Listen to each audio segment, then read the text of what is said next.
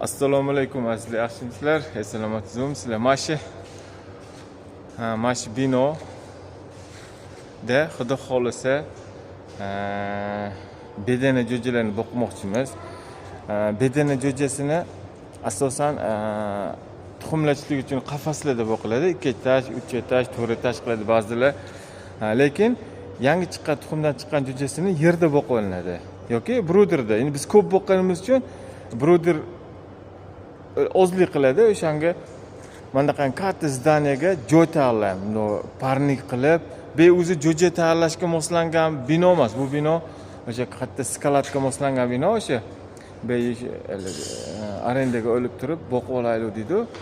1 oy 30 kunlik qilib boqamiz. Xudo xolisa buni to joy tayyorlashdan tortib bedanalar tushganda 1 kunlikdan tortib xudo xolisa 30 kunligacha, hattoki tuxum beradigan paytgacha qafasga solganimiz, tuxumga kirish boshlaganlarni ham qo'ymoqchiman. Endi videoga olib buni videoni Instagramga yuklasham, to'g'risi ozgina vaqt kerak. Ba'zida yuklanmay qolyapti. Bir narsa yozib turib yuklasam, yuklanmay qolyapti. O'shaning uchun lekin promo efir qilsa oson ekanda, shuni esga tushib qolganda, mana bugun bedanamiz keldi, mana jo'jalarda shuni promo 1 minut 2 minut promo efir qilay desam, hech bo'lmasa 1000 ta odam bo'lish kerak haligi podpiska bo'lgan. Bizda 3-400 ta xolos, hali 500 taga ham bormagan. O'shanga iltimos qilamiz. Hech yo'q, 1000 ta. Menga odam shart emas u haligi.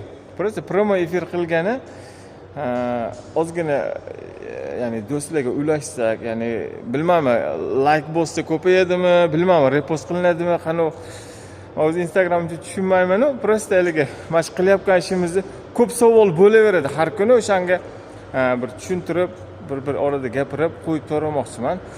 Hozir 1 kun 2 kun mana joy tayyorlaymiz. Mana ko'rinayotgan bo'lsa kerak. Mana shu joy da jo'jani boqamiz. Beyda mashinadag'icha tashab bo'lmaydi. Bu nimaga deganda sovuq isitish kerak. Buncha joy isitib bo'lmaydi. 38-40 gradus qilib isitib turish kerak yangi jo'jaga. Uning uchun biz hozir bu yerga sim tortib, bo'ydan sal balandroq qilib turib sim tortib, unga salafan tortib, salafan ya'ni parnik qilamiz. Parning ichiga apelkalarni yoyamiz, ovqat suvini qo'yamiz, jo'jani o'shanga tashlaymiz.